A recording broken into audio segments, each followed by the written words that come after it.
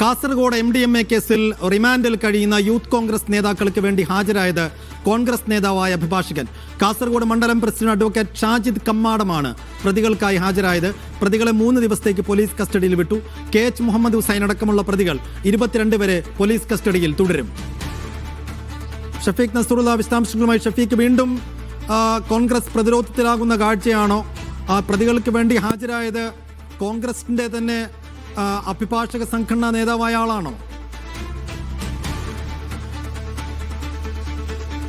Advocate സാജനാണ് ഈ വക്കാലത്ത് എങ്കിലും ഇന്ന് പ്രതികൾക്ക് വേണ്ടി കോടതിയിൽ ഹാജരായത് കോൺഗ്രസ് നേതാവായ അഭിഭാഷകൻ തന്നെയാണ്. കാസർഗോഡ് മണ്ഡലം പ്രസിഡന്റ് അഡ്വക്കേറ്റ് ഷാജിദ് കമ്മാടമാണ് ഹാജരായത്. അദ്ദേഹം താൻ ഹാജരായില്ല എന്നൊരു വിശദീകരണം പിന്നീട് മാധ്യമങ്ങൾക്ക് മുമ്പിൽ വന്ന് പറഞ്ഞിരുന്നു. പക്ഷേ കോടതിയിൽ ഹാജരായത് ഈ അഡ്വക്കേറ്റ് തന്നെയാണ്, അഭിഭാഷകൻ, കോൺഗ്രസ് നേതാവായ അഭിഭാഷകൻ തന്നെയാണ് എന്നാണ് നമുക്ക് ലഭ്യമാവുന്ന വിവരം. കാസർഗോഡ് മണ്ഡലം പ്രസിഡന്റ് അഡ്വക്കേറ്റ് ഷാജിദ് കമ്മാടമാണ്. നേരത്തെ വക്കാലത്ത് ഏറ്റെടുത്ത അഭിഭാഷകൻ വരാതിരിക്കുമ്പോൾ ഇങ്ങനെയുള്ള അഭിഭാഷകരുടെ കാര്യങ്ങൾ അവിടെ നൽകാറുണ്ട്. അത്തരം സാങ്കേതിക കാര്യങ്ങൾ മാത്രമേ താൻ ചെയ്തിട്ടുള്ളൂ എന്നൊരു വിശദീകരണമാണ് പുറത്തു വന്നതിന് ശേഷം മാധ്യമപ്രവർത്തകരോട് അവർ സൂചിപ്പിച്ചത്. ഈ MDMA കേസിൽ റിമാൻഡിൽ കഴിയുന്ന യൂത്ത് കോൺഗ്രസ് നേതാക്കളെ 3 ദിവസത്തേക്കാണ് പോലീസ് കസ്റ്റഡിയിൽ വിട്ടത്. അല്പസമയം മുമ്പ് ആണ് ഈ 3 പേരെയും കോടതിയിൽ നിന്ന് പോലീസ് വാനിൽ കൊണ്ടുപോയിട്ടുണ്ട്. ആ കൊണ്ടുപോകുന്ന സമയത്ത് ഇവർ തങ്ങളെ പെടുത്തിയതാണ്, ഈ കേസിൽ തങ്ങളെ വിളിച്ചു വരുത്തി പെടുത്തിയതാണ് എന്നതാണ് അവർ പറയുന്നത്. കൂടുതൽ കാര്യങ്ങൾ പറയാനുണ്ട്. ആ പറയാനുള്ള കാര്യങ്ങൾ മുഴുവനും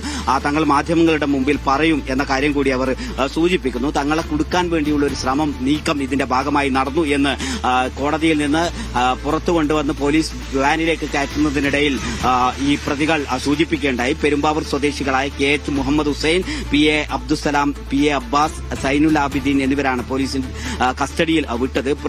ഈ പ്രതികളെ തങ്ങൾക്ക് കസ്റ്റഡിയിൽ വേണം, പ്രധാനമായും ചോദ്യം ചെയ്യണം. ഇതിന്റെ സോഴ്സ് എവിടെ നിന്നാണ്, എത്ര ഗ്രാമാണ് കൊണ്ടുവന്നത്, ആർക്കൊക്കെയാണ് കൈമാറുക, എത്ര വർഷത്തെ ഈ ഇടപാടുണ്ട്, സാമ്പത്തികമായ സംവിധാനങ്ങൾ എത്രത്തോളമുണ്ട്, ആരൊക്കെയാണ് ഇതിന്റെ പിന്നിൽ സഹായികളായിട്ടുള്ളത് എന്നതടക്കമുള്ള കാര്യങ്ങൾ ചോദിച്ചറിയാനുണ്ട് എന്നാണ് അന്വേഷണ ഉദ്യോഗസ്ഥരിൽ നിന്ന് നമുക്ക് ലഭ്യമായ വിവരം. പ്രധാനമായും ഇന്ന് ചോദ്യം ചെയ്യും. ആ ചോദ്യം ചെയ്തതിനു ശേഷമായിരിക്കും മറ്റു നടപടിയിലേക്ക് കടക്കുക എന്നാണ് നമുക്ക് മനസ്സിലാവുന്നത്. 2 ദിവസത്തേക്കാണ് ഇപ്പോൾ ഇവരെ പോലീസ് കസ്റ്റഡിയിൽ വിട്ടിരിക്കുന്നത്. സൈഫുദ്ദീൻ. ശരി.